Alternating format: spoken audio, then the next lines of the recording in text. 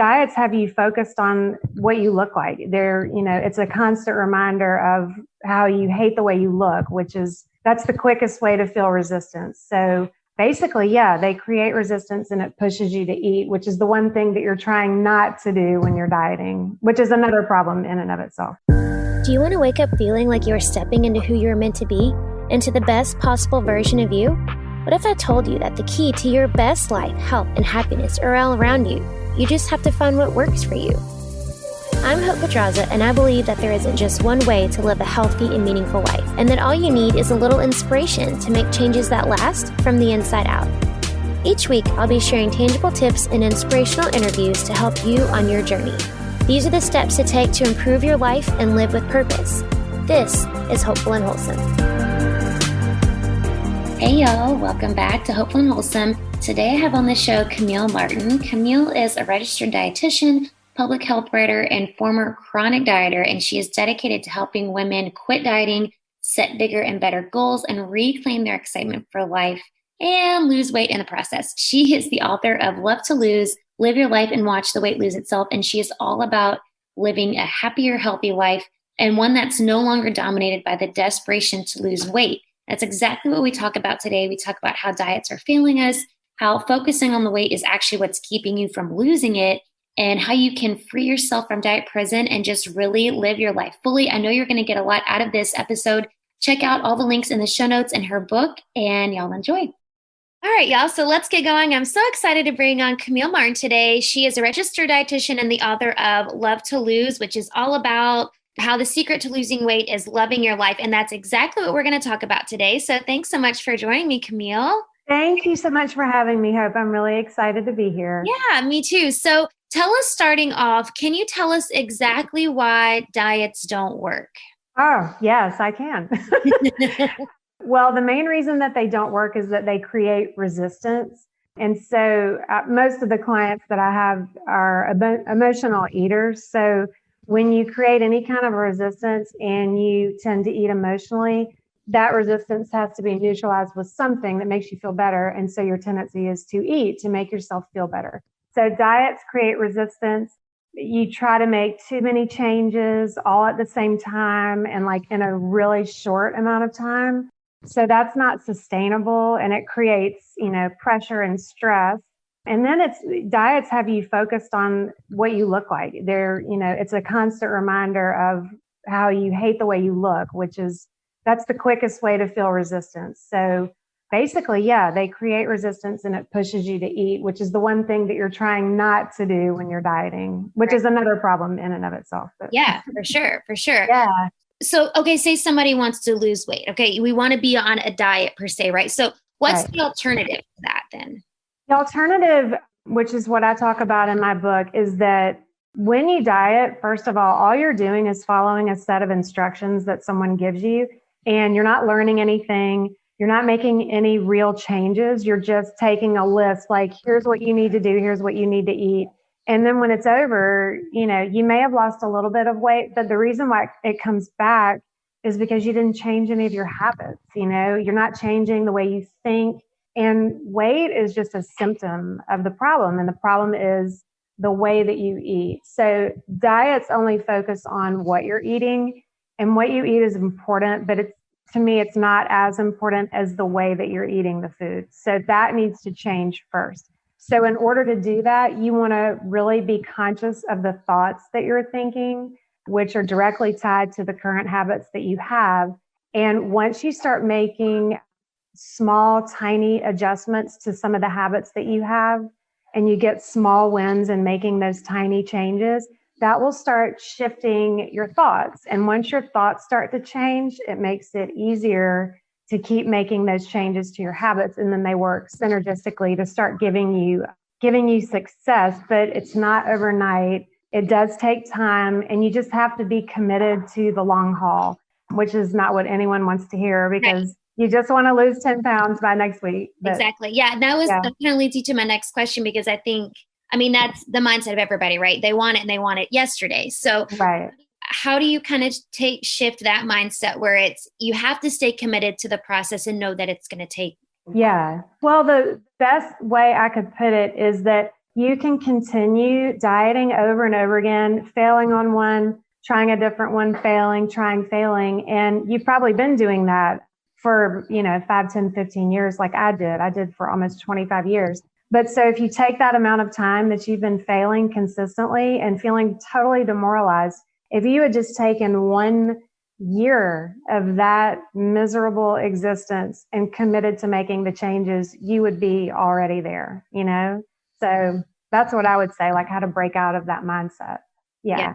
So you say in your book that it's not about the weight. Mhm. What does that mean? Well, weight is a symptom. It's showing up outwardly because of what's going on inside, not just about what you're eating, it's what you're thinking. It's think about someone who is just super on fire and excited about life. It's probably no accident that that person is not physically where he or she wants to be. And that's not just because it's not that they are slim and then they're going out living this life. They're living that life first and it's showing up outside on their body. So I forgot what you asked me even. I was going off on a tangent. No, it's about how it's not about the weight. Oh, okay. Yeah. So it's not about the weight. The weight is a symptom. So whatever is going on inside of you is going to show up outwardly. So that's why I always say to everyone, what you want to do first is to start setting a different goal that has nothing to do with weight or what you look like. And once you start setting a goal and working toward achieving it incrementally, you start building your confidence. And that confidence is going to start showing up outwardly. It's going to start changing how you do things every day, including what you eat and how you feel your body. So yeah, it's not about the weight. Weight is just showing up and it will keep showing up until you change what's going on inside. Right, right. Yeah. And I think that's especially with women, that's where we struggle, right? It's more of a confidence thing, right? And I think you talk about that too, how it's related to women's self-esteem. And so, so why do you think that is? Like, how do we, I guess, two parts of that question, like where does that stem from? And then how do we combat that where our weight is not tied to our confidence or our self-esteem? Wow. Well, so first of all, if you've been dieting for years on end, your confidence is probably in the toilet because you keep failing. And yeah, so you feel awful about yourself and you don't have confidence and your self-esteem is low because of what you're doing. And then the added horrible piece of it, which is what you were alluding to, is that dieting, all it is desperation to change what you look like. And we as women are just inundated with the most horrible messages that what we look like matters most, that what we have to offer is here's what's on the outside. And if you don't match what the cultural standard is, you're a failure and you're not worthy of anything. So you can't just completely remove all of those outer influences because they're just pervasive. But yeah, that's why stop dieting, stop trying to, force your body, beat it into submission because you're going to keep shattering your confidence. You're focusing on what you look like and it's just a downward spiral. Right. Yeah. So if someone they want to lose weight, they want to maybe it is more of a health focused thing, but if someone wants to lose weight, but we don't want to focus on the weight, what is the first step someone should take? So, maybe they do need to change some dietary habits or something. What should be the first step they take if they, we're saying, we shouldn't focus on the weight, but maybe they need to lose weight. So what would be a starting place for them? Yeah, sure. Well, so first of all, it's hard to say to someone, stop worrying about the weight. I mean, I still worry about it, like it'll never leave me this, the cultural conditioning. And I still look in the mirror and I'm like, and then it's like, snap back to reality. You're a dietitian, you're teaching this. But yeah, the first thing that I would do is take 3 habits that you feel, 3 to 5 that you think are most interfering with your ability to lose weight. I mean, to start with, because you're still focused on the weight at the very beginning of the process, but take those 3 to 5 habits and choose the first 2 that you feel like are the easiest for you to change, not the hardest, the easiest, and start with one. And for a week, just pick that one habit and you can write down like 10 or 15 micro changes you could make to that habit. So like if your bad habit is sitting down on the couch in the afternoon when you're exhausted and grabbing a bag of chips or M&Ms or whatever and just, stuff in your face. So take that one habit. Don't just say, I'm not going to do that anymore. I feel, I'm such a loser. I'm so, weak and worthless that I can't stop. Take that one habit and make small changes to it. Like portion out the number of M&Ms. Like if it's half a bag, then put half a bag in, a bowl and say, this is what I get to eat. At least you're focused on it and you're not just inhaling it. Then you could take that same amount of M&Ms and portion it out throughout the day and, eat them that way so that you're just being mindful and you're like taking control of it. One of my favorite ones that sounds like it wouldn't be any big deal, but I take my food. One of my bad habits was to sit in front of the laptop and just eat while I'm working. And so if you take your food and literally go into another room and sit quietly and focus on what you're eating, it's guaranteed that you are going to start making all these connections like, oh my God, I don't even like the way it tastes to have like 75 M&Ms. It makes me feel awful. But yeah, so take a few habits, write down all of the changes that you could make, and one by one, start making those tiny changes. They'll add up. You'll get small wins and you'll be on your way. Yeah. So what is and this is, I guess, shifting gears a little bit, but it is still talking about, giving people dietary recommendations. When you're working with your clients and stuff and you want to help teach them this healthy mindset, like we're talking about, but then also give them a certain nutritional approach. What is your approach to nutrition? Well, my approach, I'm a vegetarian, so I don't eat meat, but you don't have to have a specific diet. You don't have to follow anything specific, but really and truly, I don't tell people what to eat. I don't focus on the food. I'm all about habits. So if you wanted to make some dietary changes right out of the gate, I think it's pretty obvious that drinking soda is horrible for you. You can make those big changes right away, though, that are like, just get rid of the soda. I don't usually say throw out all your food, but like, just dump it and get some water and get flavored water if that's better for you. But honestly, it's not as much about the food as it is the way that you eat the food. So, yeah. I think we all know what to eat. You know what I mean? Like, it's not some big mystery, but just start slow, start making small changes. Shop in the produce section, stay away from the rest of the store and you'll be fine. Easier said than done. Right.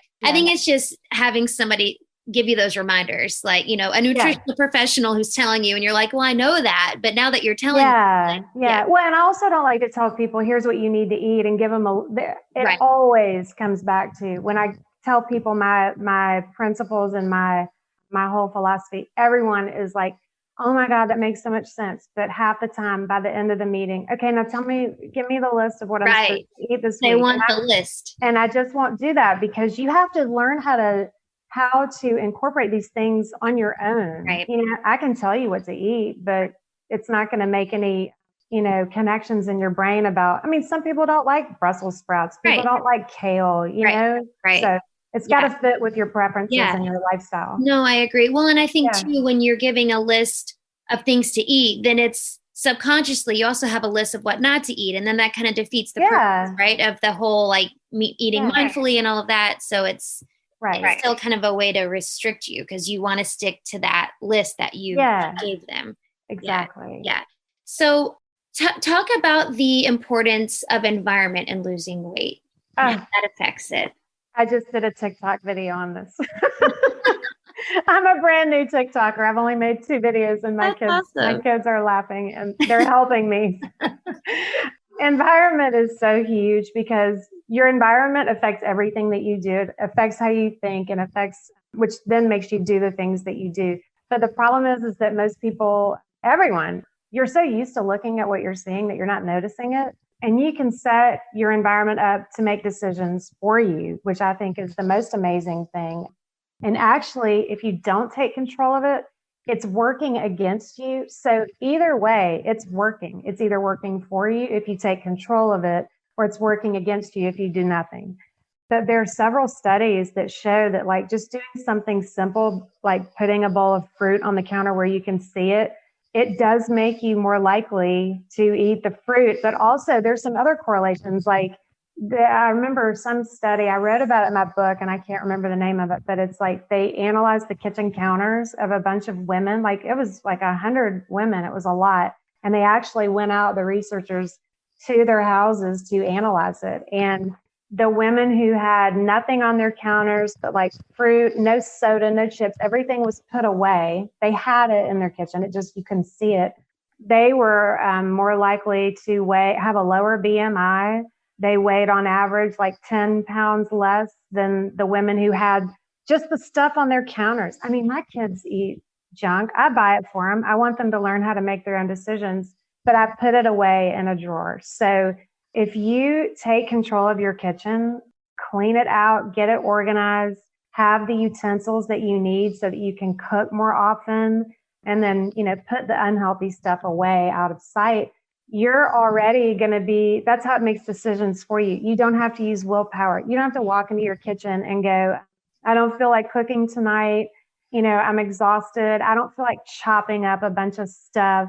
Yeah. So if it's already chopped and it's ready to go, it's so much easier. So environment is everything. If you take control of your kitchen, half the battle is won already. I agree. And those are good tips too, good advice for people to set. They're setting themselves up for success that way. Yeah. Yeah.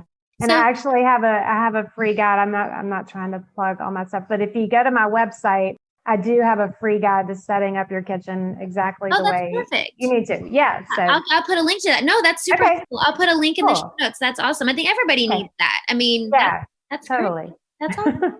So switching gears just a little bit, can you talk a little bit about your journey to this method and how you got into dietetics and how you kind of went this route with your education? Yes. Okay. I'll try to keep it short, but I started dieting when I was 12 years old, and and for the next 25 years, I dieted, failed. And honestly, there was so much more into all of that, like low self-esteem just from dieting and failing, but also I had an eating disorder, and I was just intensely focused on what I looked like. And, I needed to have the perfect body. And if I didn't have the perfect body, nothing was going to be fun. And I needed to do that first. And then, I would go ahead and start living and doing all these things that I wanted to do. Right. So when I was in my late 20s, I lived in Atlanta, and I was a meeting planner at a hotel at the Four Seasons. And it was absolutely the most miserable job of all time. So that's another podcast. But so I would come home every day after work, just so demoralized, people screaming at you in the lobby. But and I would eat, and I was tired and I felt awful. And so I would sit down and just eat. And then that made me feel worse. I gained weight. I went on crash diets. I didn't eat all day at work. I would drink Diet Dr. Pepper all day, come home and try to work out. And instead I would eat.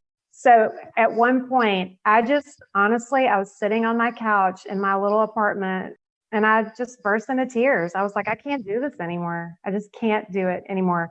And I decided right then that I would rather quit inflicting all of this misery on myself and just stop dieting and quit and gain 5 or 10, 15 pounds. That would be preferable to what I was doing to myself. So I quit. And the next morning, I remember I was like, I can eat whatever I want. I'm just going to let my body tell me. I'm not going to go out and try to run 5 miles every single morning or after work. I'm going to go for a walk. Mm-hmm. And the coolest thing that happened was I did not gain weight. I actually started losing weight because I was sitting down and mindfully eating. And I was eating some of the same things that I did that I was always feeling guilty about. Right. But I just didn't want as much of it because I was sitting there paying attention to it and being mindful while I ate it. So at the same time, I started saying, I want to learn more about nutrition, how it affects my body. So I signed up for a class at Georgia State University after work, and I would go there 3 nights a week and take this class, and I just loved it. So I kept going. I kept taking more classes, and eventually I just made a whole new career change. I had no plan of becoming a dietitian. Wow. And then so at the same time, I was also setting other goals. Like I want to run a 10K, and I did. That turned into a half marathon, then a full marathon. So all of these things I was doing simultaneously, like learning about nutrition and taking those classes helped me make different choices, obviously. Running a 10K and feeling so proud of myself made me make different health choices. And so I realized that setting and achieving goals that had nothing to do with losing weight were working synergistically with this new attitude I had about taking the pressure off myself. So it was amazing. I mean, yeah, it's a sad story. It was a horror. I think it's a lot of people's same story, Sure. but yeah, so that's how I ended up where I am now. And honestly, I'm on a mission to help any woman who feels that way, who is wasting her life on a diet like I did. I don't want that to happen to anybody. And it's a waste of talent and, compassion and positive energy that all of these women could be putting out into the world. But we're not, because we're sitting at home like, oh yeah, I need to lose 10 pounds. Really? What diet have you been on lately? We're all talking about it. None of it works. And it's like psychotic because we know it doesn't work, but it Right. looks normal to talk Right. about it. Right. And it's not. Yeah. It's true. So, No, yeah. totally. Yeah. Yeah. And I think a lot of times too, I mean, I think that it's awesome you're getting your story, because I had a similar story to what you're saying. Everything you're saying, I'm like, oh yeah, that was me too. I think Yeah. a lot of times we just don't talk about it. And then you get caught in, thank goodness you had your epiphany and your awakening moment, but you get caught Yeah. in that where you just get stuck in it, and it's just something you just don't talk about. Like you're Yeah. basically putting your life on hold until you looked a certain way or you hit a certain number on the scale, whatever. I did the exact same thing in my Yeah. 20s, and it's like you get caught in that and you don't know how to get out, and you don't know how to feel that sense of freedom when you get out of that Yeah. mindset. Well, you feel like you're the only one. Like, Totally. is there something wrong with me Right.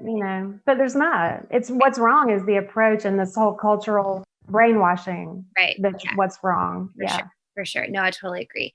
So, what are some things, going back to what kind of things that you teach in your book and things that, and you've given a lot of tips already, but what are some steps that we can take to kind of change our thoughts and our habits that will help us see results? So, we want to get to that point where, like that you had that kind of awakening moment where you're like, I'm just going to eat whatever I want and see what happens. But what are Yeah. some thoughts and habits that we can change to get us to that point and also help us see results? Gosh, there's so many habit changes that you could make. But honestly, I would say one of the first ones is to start cooking. I used to think, I grew up in a house, my mom never cooked. And, I was always like, oh, I hate to cook. I don't know how to cook. And once I started, I was like, wow, this is really fun. Mhm. And I think a lot of people think, I hate to cook. I don't Right. know how to cook. Right. And so you don't. But if you want to live a healthy life, you absolutely have to learn to cook a little bit. You have to spend time in your kitchen. So I think the kitchen for a lot of women, especially if they have children, is like, I don't want to be in the kitchen. That's like the last place. It's stressful. I don't feel like making meals. Everybody wants a different meal. Right. But if you get in the kitchen and every single day, like set aside just 10 minutes every day, get in your kitchen, open up a cookbook, just browse through it, reorganize a drawer, have some prep time, and just start small. Get a few small, simple recipes. Because once you start taking control of your food, I think you feel out of control around food when let's just get DoorDash. It makes you feel out of control if you're not hands-on with your food. But it doesn't have to be elaborate. Just get a few recipes, get in your kitchen and make it pretty, put some fresh flowers out, put Alexa in the corner and play some classical music, So that's one of the big ones that I would say to start with. No, that's perfect. And I think it is intimidating for people, especially if like you didn't grow up with your mom cooking your meals. So you're like, I don't even know what to do. But that's where Google comes in handy. Like there's, I mean, all you have to do is Google whatever you want to make and you can find a quick, easy recipe for it. So I love that. Yeah. That's really good advice, just to get comfortable with your kitchen. That's good. Well, when I first started back in my days in the apartment, when I just said, I'm not doing this anymore, my big recipe or my big meal was I would just take rotini pasta and saute a little bit of broccoli and put marinara on it. I mean, literally, that's all I did. Yeah. And I was so proud of myself. Yeah. I was like, wow, I'm cooking. It's a meal. I mean, yeah, it is a meal. Yeah, so start there. Yeah. Right. That's awesome. Yeah. I love that. So I do like to ask everyone the same question. Before I ask you that though, let everyone know who's listening where they can find you, where they can find your book and everything that you're teaching. Okay, cool. Thank you. I'm Camille Martin. I'm a registered dietitian, and my website is CamilleMartinRD.com. And my book, Love to Lose, Love Your Light, Watch the Weight Lose Itself, you can get it on my website, but you can also just go to lovetolosebook.com. So that's an easy way to remember it. All right, awesome. I'll put links to all that in the show notes so you can go find it. Yeah, of course. So the question I always like to end with is, what do you think is the most important thing people can do to live with purpose? Absolutely. The one biggest thing is to set a goal, set a big goal for yourself, one that gives you enthusiasm and excitement.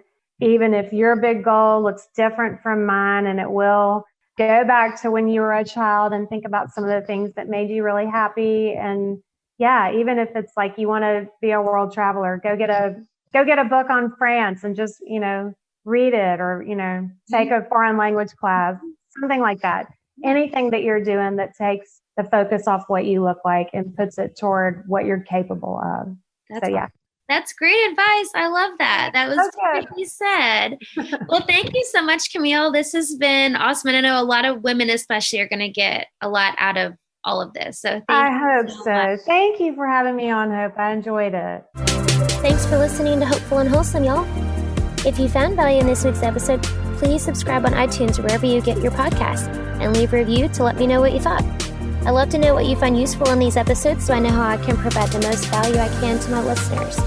And if you have topics that you want to know more about, I'd love to hear those as well. So shoot me a message on Instagram, Facebook, or LinkedIn. It's @TheHopePedraza, or visit my website, hopefulandwholesome.com. Thanks, y'all.